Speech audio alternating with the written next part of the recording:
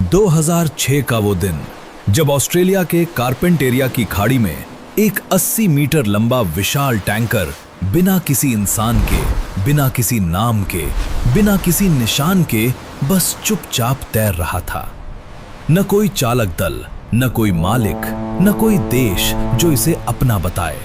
और जब इस जहाज की जांच हुई तो जो सच सामने आया उसने दुनिया के सबसे बड़े समुद्री जांचकर्ताओं तक को हिला दिया। तो चलिए सब्सक्राइब करके शुरू करते हैं इस कहानी को। इस वीडियो के अंत तक तुम समझ जाओगे कि आखिर इस जहाज पर क्या हुआ था, कौन था इसके पीछे और क्यों इसकी पहचान को इतनी सफाई से मिटाया गया कि दुनिया की कोई भी एजेंसी आज तक इसका जवाब नहीं दे पाई। बात है जनवरी 2006 की। ऑस्ट्रेलिया का ऑस्ट्रेलियन कोस्ट वॉच, यानी वो सरकारी एजेंसी जो समुद्री सीमाओं की निगरानी करती है, अपनी रूटीन एरियल पेट्रोल पर थी। क्वींसलैंड के वेइपा शहर से लगभग 180 किलोमीटर दक्षिण पश्चिम में कारपेंटेरिया की खाड़ी के ऊपर से उनका विमान गुजरा और तभी पायलट की नजर रुक गई। नीचे समुद्र में एक विशाल जहाज था, 80 मीटर लंबा, यानी लगभग 8 मंजिला इमारत को अगर लिटा दो उतना बड़ा, एक पूरा टैंकर जहाज। लेकिन वो बस वहां था, बह रहा था। कोई दिशा नहीं, कोई गति नहीं, कोई संकेत नहीं। कोस्ट वॉच ने तुरंत रेडियो कांटेक्ट करने की कोशिश की, कोई जवाब नहीं। फिर से ट्राई किया, फिर भी कुछ नहीं। एक 80 मीटर का जहाज खुले समुद्र में और उस पर कोई नहीं। ये सुनने में जितना सिंपल लगता है, असलियत में उतना ही ज्यादा डरावना था, क्योंकि समुद्र में कोई जहाज यूं अकेला नहीं होता, हमेशा कोई न कोई होता है, कैप्टन, क्रू, इंजीनियर। लेकिन यहां सन्नाटा। ऑस्ट्रेलियन अथॉरिटीज ने तुरंत एक टीम भेजी। जब वो लोग उस जहाज के पास पहुंचे और उस पर चढ़े तो पहली बात जो उन्होंने नोटिस की वो ये थी कि जहाज का नाम, जो नॉर्मली किसी भी वेसल के दोनों तरफ बड़े बड़े अक्षरों में लिखा होता है, वो मिटा दिया गया था, जानबूझकर, सफाई से। ये कोई पेंट का उखड़ना नहीं था, ये कोई समुद्री हवा का असर नहीं था, ये डेलिब्रेट था। किसी ने बड़ी मेहनत से उस जहाज की हर एक पहचान को खत्म किया था। अब सोचो, अगर तुम्हारे पास एक जहाज है तो तुम उसका नाम क्यों मिटाओगे? कोई जवाब नहीं सूझ रहा ना? यही वो सवाल था जो उस दिन इन्वेस्टिगेटर्स के दिमाग में भी घूम रहा था। जहाज के अंदर जब टीम ने छानबीन शुरू की तो इंजन रूम में गए। इंजन पूरी तरह बंद था, खराब नहीं, बस बंद, जैसे किसी ने स्विच ऑफ करके छोड़ दिया हो। फ्यूल था, पार्ट सही थे, लेकिन इंजन चल नहीं रहा था। फिर उन्हें जहाज के अगले हिस्से में कुछ मिला, एक रस्सी।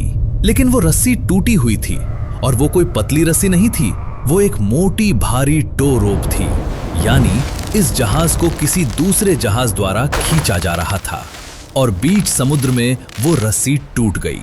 तो कहानी कुछ ऐसी बनती है, एक जहाज जिसका इंजन काम नहीं करता, जिसकी पहचान मिटाई जा चुकी है और जिसे कोई दूसरा जहाज खींच कर ले जा रहा था। और जब रस्सी टूटी तो वो दूसरा जहाज आगे निकल गया और इसे यहां इस खाड़ी में अकेला छोड़ गया। लेकिन वो दूसरा जहाज कौन था, वो कहां गया, किसी को नहीं पता। अब इन्वेस्टिगेटर्स ने पूरे जहाज की तलाशी ली और यहां वो बात आती है जो इस पूरी मिस्ट्री को और भी गहरा बना देती है। जहाज पर हिंसा का कोई निशान नहीं था, कोई खून नहीं, कोई टूटा हुआ सामान नहीं, कोई लड़ाई के संकेत नहीं। चालक दल के लिए जो कैबिन्स थे वो खाली थे, साफ सुथरे, जैसे लोग वहां रहते थे और फिर एक दिन बस चले गए। न कोई पर्सनल बिलोंगिंग्स छूटी थी, न कोई डॉक्यूमेंट्स, न कोई लॉग बुक जो नॉर्मली हर जहाज पर होती है और जिसमें जर्नी का पूरा हिसाब होता है। सब कुछ गायब। यार जरा रुको और सोचो, एक इतना बड़ा जहाज जिस पर कम से कम 10 से 15 लोगों का क्रू होता है, वो सारे लोग कहां गए? क्या वो खुद उतर गए? क्या उन्हें किसी ने उतारा? क्या वो समुद्र में? नहीं, ये सवाल अभी के लिए रोको। नीचे कमेंट में बताओ तुम्हारे हिसाब से उस जहाज पर क्या हुआ होगा। तुम्हारी थियरी क्या है, मुझे जेन्युइनली जानना है। तो जब तक तुम सोच रहे हो, चलते हैं उस जांच के उस हिस्से पर जहां इन्वेस्टिगेटर्स को एक और चीज मिली जिसने उन्हें पूरी तरह कंफ्यूज कर दिया। जहाज पर कोई इल्लीगल सामान नहीं था, कोई ड्रग्स नहीं, कोई हथियार नहीं, कोई स्मगल्ड गुड्स नहीं। तो अगर इस जहाज का इस्तेमाल किसी गैर कानूनी काम के लिए नहीं हो रहा था, तो फिर इसकी पहचान क्यों मिटाई गई? इसे इस तरह बीच समुद्र में क्यों छोड़ा गया? ये वो सवाल था जिसका जवाब ढूंढने के लिए Australian marine safety authority, Australian federal police और कई इंटरनेशनल एजेंसीज ने महीनों तक काम किया। और जो जवाब मिला वो अगले कुछ ही मिनटों में तुम्हारे सामने होगा। ऑस्ट्रेलियन मैरिटाइम सेफ्टी अथॉरिटी के इन्वेस्टिगेटर्स अब उस जहाज की एक एक चीज को रिकॉर्ड कर रहे थे, हर कमरा, हर कोना, हर सरफेस। और जितना वो ढूंढते गए उतना ही ये मिस्ट्री गहरी होती गई। जहाज का स्ट्रक्चर देखकर एक्सपर्ट्स ने अंदाजा लगाया कि ये जहाज एक बल्क कैरियर या टैंकर टाइप का वेसल था। यानी ये जहाज किसी बड़े सामान को, तेल, अनाज या किसी और कार्गो को एक जगह से दूसरी जगह ले जाने के लिए बना था। और इसकी कंडीशन देखकर यह साफ था कि यह जहाज कोई नया नहीं था, ये काफी पुराना था और इसे काफी समय से इस्तेमाल किया जा रहा था। लेकिन किसके द्वारा, कहां से आया था ये, किस देश का था? कोई जवाब नहीं। जहाज पर जो भी मार्किंग्स होती हैं, हल number, port of registry, IMO number, जो हर जहाज को एक यूनिक आइडेंटिटी देता है, जैसे इंसान का आधार कार्ड, वो सब मिटा दिए गए थे इतनी सफाई से कि फोरेंसिक एक्सपर्ट्स भी उन्हें रिकवर नहीं कर पाए। और यहां एक बात समझो, किसी जहाज का आईएमओ नंबर मिटाना कोई आसान काम नहीं है। ये नंबर जहाज के मेटल में उकेरा जाता है, लिटरली खोदा जाता है। उसे मिटाने के लिए बड़े टूल्स चाहिए, टाइम चाहिए और सबसे जरूरी एक बहुत बड़ी वजह चाहिए। तो इन्वेस्टिगेटर्स के सामने अब सिर्फ एक जहाज नहीं था, उनके सामने था एक सोची समझी साजिश का सबूत। किसी ने प्लान करके इस जहाज को अनोनिमस बनाया था। लेकिन क्यों? इसका जवाब ढूंढने के लिए ऑस्ट्रेलियन फेडरल पुलिस ने दुनिया के तमाम देशों की मरीन एजेंसीज को अलर्ट किया। इंटरपोल को खबर दी गई। हर उस देश को नोटिस भेजा गया जो इस जहाज को अपना बता सकता था। हफ्ते गुजरे, महीने गुजरे, किसी ने कोई दावा नहीं किया। सोचो, एक 80 मीटर लंबा जहाज, करोड़ों रुपए की कीमत का, और दुनिया में कोई नहीं जो बोले हाँ ये मेरा है। कोई शिपिंग कंपनी नहीं, कोई देश नहीं, कोई मालिक नहीं। ये जहाज जैसे दुनिया के किसी भी रिकॉर्ड में एग्जिस्ट ही नहीं करता था। अब इन्वेस्टिगेटर्स ने एक और एंगल से सोचना शुरू किया। उस टूटी हुई टो रोप को याद करो। इसका मतलब था कि कोई दूसरा जहाज इसे खींच रहा था। तो क्या उस दूसरे जहाज को ट्रैक किया जा सकता था? उस वक्त उस इलाके में जितने भी वेसल्स थे, उन सब का डेटा खंगाला गया। AIS यानी ऑटोमेटिक आइडेंटिफिकेशन सिस्टम, जो हर कमर्शियल शिप को ऑटोमेटिकली ट्रैक करता है, उसके रिकॉर्ड्स देखे गए।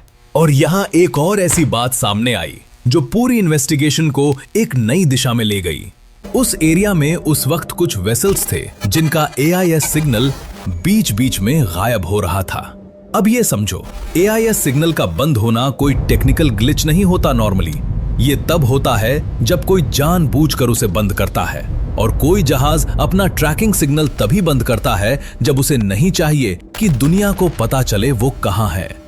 यानी उस रात उस समुद्र में कम से कम एक और जहाज था जो डेलिबरेटली छुप रहा था। लेकिन जब तक इन्वेस्टिगेटर्स उस सिग्नल तक पहुंचते, वो जहाज इंटरनेशनल वाटर्स में जा चुका था। और इंटरनेशनल वाटर्स में किसी को भी रोकने का अधिकार ऑस्ट्रेलिया के पास नहीं था। वो जहाज जो शायद इस पूरी मिस्ट्री की सबसे बड़ी कड़ी था, बस निकल गया। अब एक बात और थी जो एक्सपर्ट्स को परेशान कर रही थी, जहाज की ओवरऑल कंडीशन। ये जहाज टूटा फूटा नहीं था, इसमें कोई बड़ा स्ट्रक्चरल डैमेज नहीं था। इंजन खराब था, लेकिन वो भी ऐसा नहीं था कि ठीक ना हो सके। यानी ये जहाज अभी काम का था। इसे यूं बीच समुद्र में अबैंडन नहीं किया जाना चाहिए था। तो क्या किसी ने इसे इसलिए छोड़ा क्योंकि कुछ गलत हो गया था? रस्सी टूटी और जो जहाज इसे खींच रहा था वो रुकने की बजाय आगे बढ़ गया, या फिर रस्सी जानबूझकर तोड़ी गई थी? क्या इस जहाज को यहां छोड़ना प्लान का हिस्सा था? और अगर ये प्लान था तो उस प्लान के पीछे कौन था और इस जहाज का असल मकसद क्या था?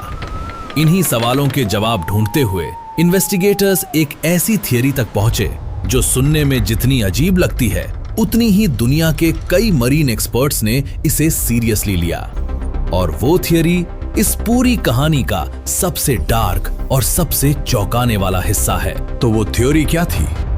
दुनिया भर के मरीन एक्सपर्ट्स और इन्वेस्टिगेटर्स ने जब इस पूरे केस के डॉट्स को जोड़ा, जहाज की पहचान का जानबूझकर मिटाया जाना, इंजन का बंद होना, टूटी हुई टो रोप, क्रू का कोई निशान न होना, कोई इल्लीगल सामान न मिलना और वो दूसरा जहाज जो अपना AIS सिग्नल बंद करके गायब हो गया, तो एक पिक्चर बननी शुरू हुई।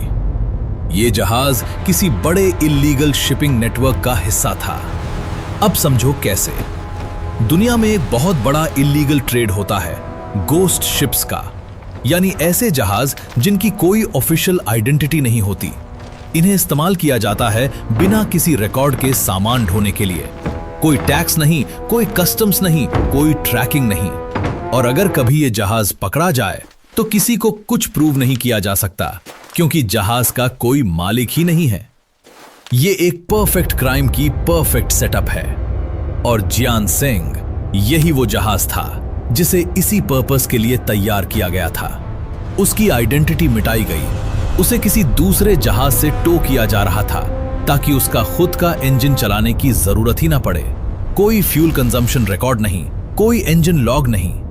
और क्रू, वो लोग जो उस जहाज पर थे, वो प्रोफेशनली ट्रेंड थे इस काम के लिए। जब रस्सी टूटी या जब कुछ गलत हुआ, वो किसी दूसरे जहाज पर शिफ्ट हो गए, इतनी जल्दी, इतनी सफाई से कि एक भी पर्सनल बिलोंगिंग पीछे नहीं छूटी। लेकिन यहां एक सवाल और उठता है, अगर ये इल्लीगल शिपिंग नेटवर्क था तो उस पर कोई इल्लीगल सामान क्यों नहीं मिला? इसका जवाब है, जब रस्सी टूटी और जहाज ड्रिफ्ट करने लगा तो जो भी सामान उस पर था उसे पहले ही दूसरे जहाज पर ट्रांसफर कर दिया गया था। जियान सेंग को खाली छोड़ दिया गया, एक एम्प्टी शेल की तरह। अब ऑस्ट्रेलिया के सामने एक बड़ी लीगल प्रॉब्लम थी। जहाज का कोई मालिक नहीं, कोई देश नहीं जो इसे क्लेम करे। ऐसे में इसे पोर्ट पर लाना, उसकी देखभाल करना, ये सब ऑस्ट्रेलिया की जिम्मेदारी बन जाती। और एक 80 मीटर के जहाज को मेंटेन करना, करोड़ों रुपए का खर्च। तो ऑस्ट्रेलियन अथॉरिटीज ने एक फैसला लिया। जियान सेंग को गहरे समुद्र में डुबो दिया जाएगा और 2006 में, उसी साल जब यह जहाज मिला था, उसे कंट्रोल तरीके से समुद्र की गहराइयों में उतार दिया गया। कोई सेरेमनी नहीं, कोई न्यूज कवरेज नहीं, कोई ऑफिशियल स्टेटमेंट नहीं, बस एक जहाज जो कभी किसी का नहीं था, हमेशा के लिए समुद्र की तह में चला गया। लेकिन जो सवाल बचे वो आज भी बचे हैं। वो क्रू कहाँ गए आज तक नहीं पता। वो दूसरा जहाज जो इसे खींच रहा था आज तक नहीं मिला। वो नेटवर्क जिसका ये हिस्सा था आज तक ऑफिशियली कंफर्म नहीं हुआ।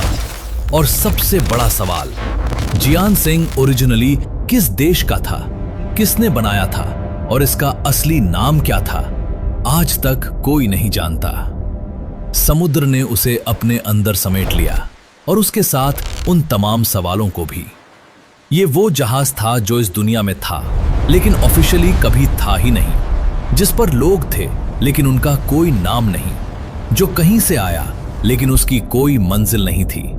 और अब वो समुद्र की उस गहराई में है जहां कोई सवाल नहीं पहुंचता। यार, अब मुझे सच में जानना है। नीचे कमेंट में बताओ, इस पूरी कहानी में तुम्हें सबसे ज्यादा किस चीज ने हैरान किया? वो मिटाई गई आइडेंटिटी, वो गायब क्रू, या वो दूसरा जहाज जो अंधेरे में कहीं निकल गया? कमेंट करो, हर जवाब इंटरेस्टिंग होगा। और सुनो, अगर तुम्हें लगा कि जियान सेंग की कहानी डार्क थी, मिस्टीरियस थी, तो अगली बार हम एक ऐसी मिस्ट्री लेकर आ रहे हैं जो इससे भी कई गुना ज्यादा चौंकाने वाली है। एक ऐसी घटना जिसे दुनिया के सबसे बड़े इन्वेस्टिगेटर्स ने डेकेड्स तक इन्वेस्टिगेट किया और आज भी उनके पास कोई ठोस जवाब नहीं है। उस कहानी को मिस मत करना। चैनल को अभी सब्सक्राइब करके रखो, क्योंकि वो वीडियो आते ही तुम्हारे पास पहुंचनी चाहिए। और अगर इस पूरी कहानी ने तुम्हें कहीं ना कहीं रोके रखा, अगर एक पल भी तुमने वीडियो स्किप करने के बारे में नहीं सोचा, तो यार एक लाइक तो बनता है।